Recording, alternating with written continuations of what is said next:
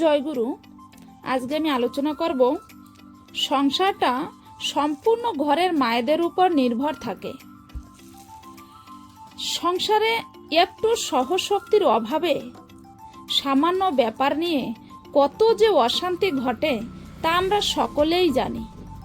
তাই সংসারে প্রত্যেক মায়েদেরই প্রতি পদক্ষেপে এ বিষয়ে একান্তভাবে লক্ষ্য রেখে চলা প্রয়োজন এবং এর সঙ্গে সঙ্গে অন্যায়ের বিরুদ্ধে দাঁড়িয়ে সেই অন্যায়কে সতে নিয়ন্ত্রিত করার মতো শক্তির অধিকারিণী হওয়ার জন্য আপ্রাণ চেষ্টা করা প্রত্যেক মায়েদেরই দরকার।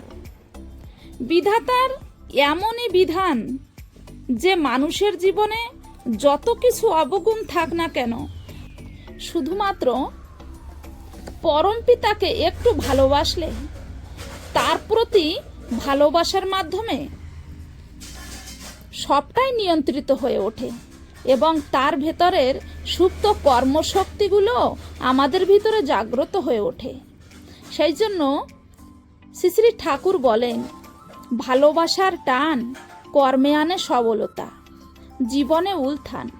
তাই যে সংসারে স্ত্রী স্বামীর প্রতি গভীর ভালোবাসায় স্বামীতে নিজেকে হারিয়ে ফেলেছে, সে সংসারে অভাব অনাটনের মাঝখানেও তৃপ্তির অভাব হয় নাই, আর কখনো তৃপ্তির অভাব হয় না।